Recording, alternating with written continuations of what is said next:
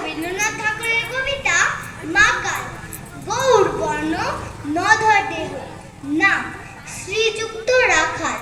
জন্ম তাহার হয়েছিল সেই যে বছর আকাল। গুরুমশাই বলেন তারে, বুদ্ধি যে নেই একেবারে।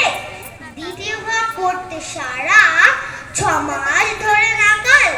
রেগে মেগে বলেন, বাদর নাম দিনু তোর মাকাল। নামতে শুনে ভাবলেন প্রথম বাকিয়ে যুগল গুরু। তারপর সে বাড়ি এসে নৃত্য করলে শুরু। হঠাৎ ছেলের মাতন দেখি সবাই তাকে শুধায়, একি সকলকে সে জানিয়ে দিল, নাম দিয়েছেন গুরু। নতুন নামের উৎসাহে তার বক্ষ দুরু দুরু। কোলেরও পরে বসিয়ে দাদা বললে কানে কানে, গুরু মশাই গাল দিয়েছেন, বুঝিস নি তার মানে?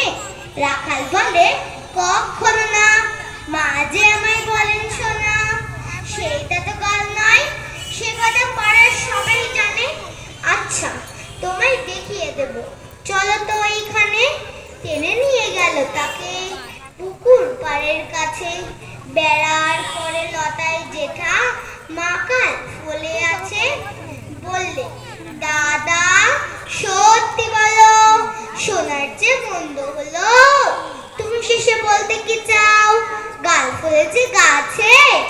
মাকাল আমি, বলে রাখাল দুহাত তুলে নাচে। দোয়াত কলম নিয়ে ছোটে, খেলতে নাহি চাই। লেখাপড়ায় মন দেখে মা অবাক হয়ে যায়। খাবার বেলায় অবশেষে দেখে ছেলের কাণ্ড এসে।